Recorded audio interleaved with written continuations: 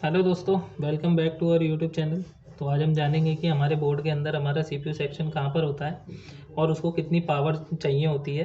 तो आज हम उसको ट्रैक करेंगे मल्टीमीटर के थ्रू, बिना वोल्टेज के और वोल्टेज के साथ में।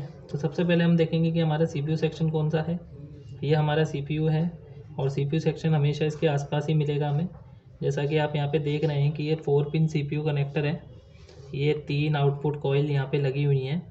इनके साथ में इनकी पहचान कॉइल्स हमें मिल चुकी हैं, तो इतने ही हमें मॉसफेट मिलेंगे जो कि मेन मॉसफेट होंगे। तो यहाँ पे 2 मॉसफेट लगे हुए हैं, 2 मॉसफेट यहाँ लगे हुए हैं, 2 मॉसफेट यहाँ लगे हुए हैं। तो यानी कि हमें यहाँ पर 6 मॉसफेट लगे हुए हैं और 6 सपोर्टिंग मॉसफेट लगे हुए हैं। और 6 ही आउटपुट में हमारे 1.5 वोल्ट में कैपेसिटर लगे हैं, 2 12 वोल्ट में हमारे इनपुट के कैपेसिटर लगे हैं। तो सबसे पहले हम लोग ट्रैक करेंगे कूल वोल्टेज से, बिना करंट के। इसमें हमने अब किसी भी तरह का भी एसएमपीएस नहीं लगाया है। तो सबसे पहले हम ट्रेसिंग करेंगे इसकी कि 12 वोल्ट की सप्लाई यहाँ पे ये 4 पिनें हैं, जिसमें से 2 ग्राउंड होती हैं और 2 हमारी 12 वोल्ट की होती हैं। तो जो हमारी ग्राउंड होती है ग्राउंड के साथ साउंड करेंगी। तो ये हमारी पहली पिन ग्राउंड है और ये हमारी दूसरी पिन ग्राउंड है। तीसरी पिन और चौथी पिन हमारी साउंड नहीं करेंगी। दैट्स मीन कि हमारी 12 वोल्ट की लाइन है। तो सबसे पहले हम चेक करेंगे 12 वोल्ट को मेन मॉसफेट पे।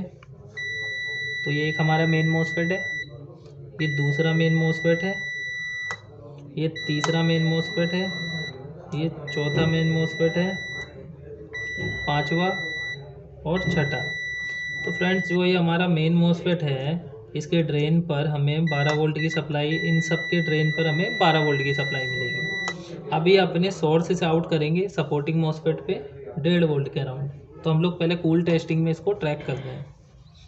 तो देखिए ये हमारा सपोर्टिंग मॉसफेट पे सप्लाई जा रही है ड्रेन पर।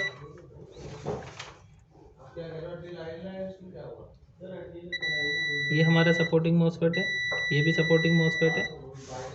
अब आप कहीं से भी ट्राई कर सकते हैं, सब में ट्राई। ये भी सपोर्टिंग मॉसफेट है,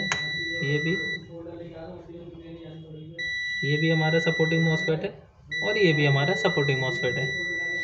तो अब हम जब इसको चेक करेंगे कि इसमें कौन आउटपुट की, अब सपोर्टिंग मॉसफेट पे हमारे पहुंच गए। इनसे पहले भी जो 12 वोल्ट की सप्लाई है वो हमारी एक कैपेसिटर को भी मिलती है।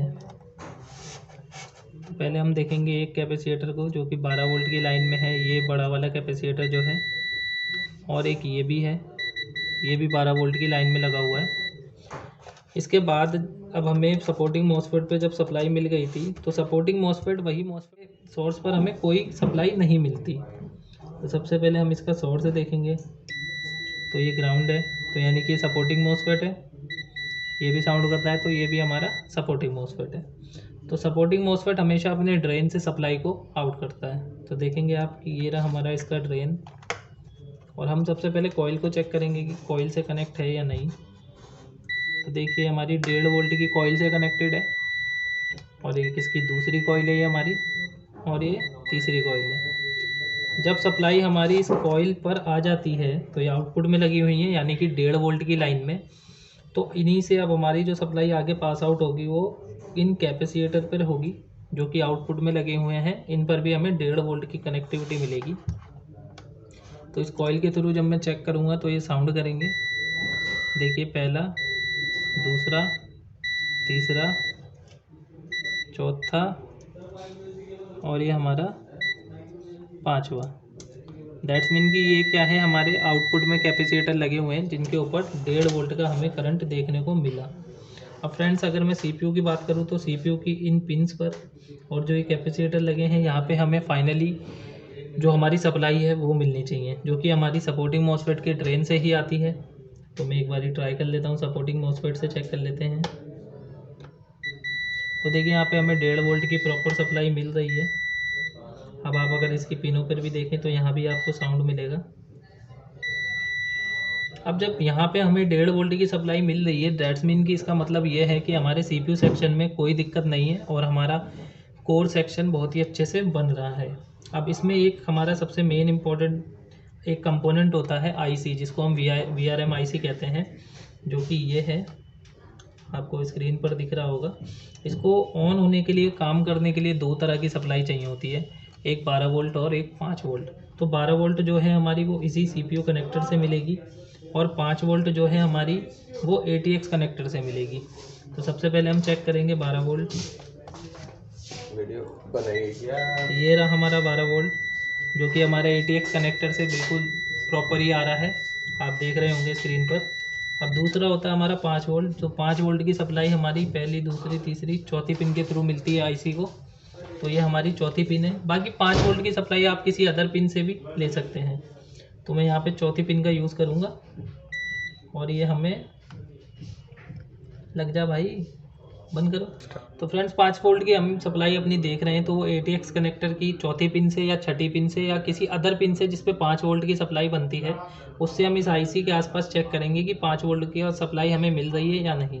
तो देखिए पहली, दूसरी, तीसरी, चौथी, ये 5 वोल्ट की सप्लाई है और ये हमें इस कैपेसिटर पर मिल रही है प्रॉपरली।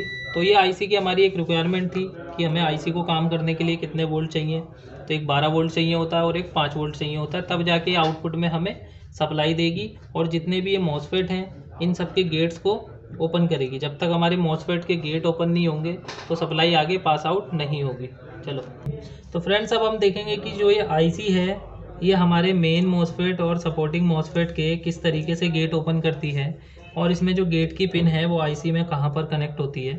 तो सबसे पहले हम ये मेन मॉसफेट को देखेंगे, इसका गेट हमारा कहाँ पे जुड़ा हुआ है। तो सबसे पहले आप भी कभी चेक करें, या तो आप डायरेक्ट चेक कर सकते हैं कि डायरेक्ट कनेक्ट है या नहीं। अगर आपको डायरेक्ट कनेक्ट नहीं मिलती तो दैट्स मीन कि ये किसी न किसी पिन के किसी न किसी कंपोनेंट्स के साथ जुड़ी हुई है। तो देखिए यहाँ पे पिनों पे हमें सप्लाई नहीं मिली, तो मैं चेक करूँगा इन छोटे छोटे रजिस्टर पर। तो फ्रेंड्स ये हमारे रजिस्टर से इसका गेट ओपन हो रहा है जो कि हमारा मेन मॉसफेट है।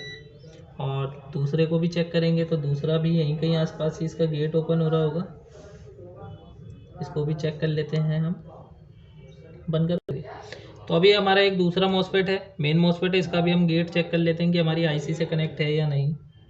तो देखिए एक रजिस्टर के थ्रू हमारी IC से कनेक्ट है, यानी कि IC VRM IC जो है वो हमारे इस मॉसफेट्स के गेट को ओपन कर दी है। तो यह था हमारा एक पूरा CPU सेक्शन को हम लोग किस तरीके से ट्रैक करते हैं